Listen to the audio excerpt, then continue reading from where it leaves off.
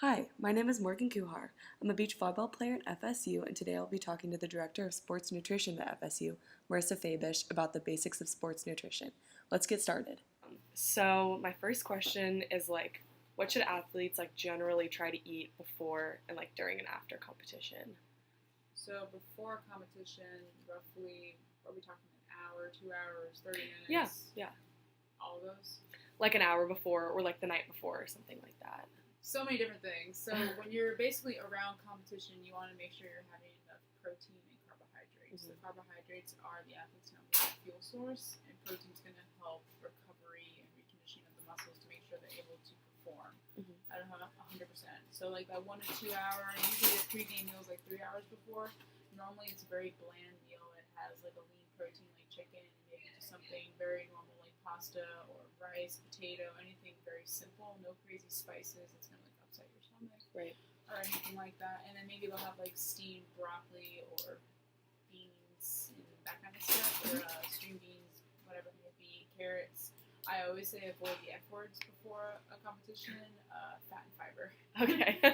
Because fat and fiber will upset your GI tract or your gastrointestinal tract, so your stomach, if you eat too much fat or fiber before an exercise or a game, you may have to run to the bathroom. Right. And you already have pre-competition jitters, so you don't want to have that on top of it. So usually I stick to a very lean source of protein, very simple carbohydrate for them. When it gets to that 30 minutes, before competition, I usually say just top off the tank, and my general rule of thumb is 30 grams of carbohydrates 30 minutes before, so that could be a PB&J, a medium banana and peanut butter, 2 chewy bars, anything very simple that's going to just go straight to your bloodstream, be used as energy, versus, I always tell athletes to compare a bowl of grapes versus a bowl of broccoli. Both are carbohydrates, but one's going to be more simple and easy to digest, the other one's going to be way more fibrous and run to the bathroom. Right, so grapes before the competition. Yes, not broccoli. We don't want broccoli before we run or anything like that. Right. As far as during competition, if you, for example, softball, you have a game that's going to last 3-4 hours. You want to make sure you eat something every hour to maintain your energy levels. But if you're doing a 100-meter sprint, if you're on the track team, you don't need to obviously eat during your 100-meter sprint. Right. Maybe in between your different races. Yeah. Okay. But as far as that goes, and then post-game meal. You still want to make sure you get, I would say, directly after, you still want to get, your protein, your carbohydrates, but then your post-game meal, which is usually probably going to be 2 to 3 hours after, it can be a little bit more relaxed because, decompress from the stress that you just had, and usually teams will go to, Panera Bread or Chipotle or anything simple,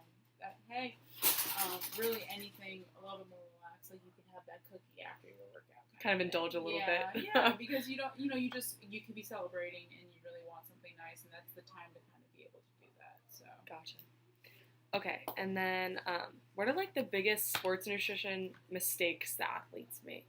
I guess you named a few, eating the wrong things before a competition, or not eating anything. Right. Not, I would say that happened to me last semester. Athletes don't realize how important it is to eat. Yeah. They'll be like, oh yeah, I didn't eat anything, and then I had practice, and then ate after. No, you need to you need fuel in your body, you need gas in your tank in order to drive. You need food leading up to your competition. Right. Or practice or lift or whatever it may be, and I think athletes don't realize that. They also think that, eating too many calories is the devil, and there's all this stuff, and there's a lot of things that, I can go on for days on what athletes think is the right thing that's actually not, and I don't know if there's anything specific that you want regarding that. If you have any nutrition myths that people believe, you can't eat past 7 o'clock at night. I think that's BS. Right. Because what are we doing for 8 hours while we're sleeping? We're starving, essentially. Right. So actually eating, there's research that shows eating anything even right before bed helps your metabolism and helps you recover. You want to stick to a higher protein snack before bed, like Greek yogurt or cottage cheese or a glass of milk or something like that. But anything before bed, even if it's an hour, 30 minutes before, you want to make sure you're having something just to help you with your recovery, especially athletes. Right. Okay, that makes sense. I've definitely heard that too, that you're not supposed to eat anything at night, and I don't like it. And then I guess, what's the biggest change in sports nutrition that you've seen within the last 5 years? Are there any kind of trends that have popped up recently, or? I think just a lot more information is out because it's so accessible with social media that there's a lot of athletes now that are trying things like supplements or diets that they have no idea and haven't done any credible research on. Like, I've had athletes that are power athletes that are trying to do the keto diet, where they basically, anything that gives them energy they don't eat. And, how are you supposed to do a 1 rep max squat or tackle, the defense if you don't have anything to give you that fast energy? So little things like that, I think it's just so easily accessible to get the wrong information. That's probably the biggest change that's happened. It's just like athletes are getting more information but it's not the right information. And they're trying it, and then, they run into problems where they're deficient in certain vitamins and minerals in their bodies, or they pass out and they don't know why. Maybe because you've been starving yourself because you're intermittent fasting or whatever it may be. And having someone like me on staff who you should come to first before you ever try any of those is really important to make sure you utilize us. Right. To help you with all that information, give you the actual credible information. Right.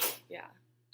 And then you mentioned supplements. How do you feel about supplements? I'm all for in them. general? I think you can't out-supplement a pizza roll diet. That's what I usually like to say. It's like, you can eat like crap, but a supplement's not going to make you any better. You got to get your healthy habits down first. Right. So if I meet with an athlete who doesn't even eat 3 times a day, I'm not going to go ahead and tell them to do all these supplements. I'm going to be like, hey, let's just try eating 3 times a day. Right. Don't even care what you eat, but let's be consistent on building that habit before I go ahead and tell you, take this, take that.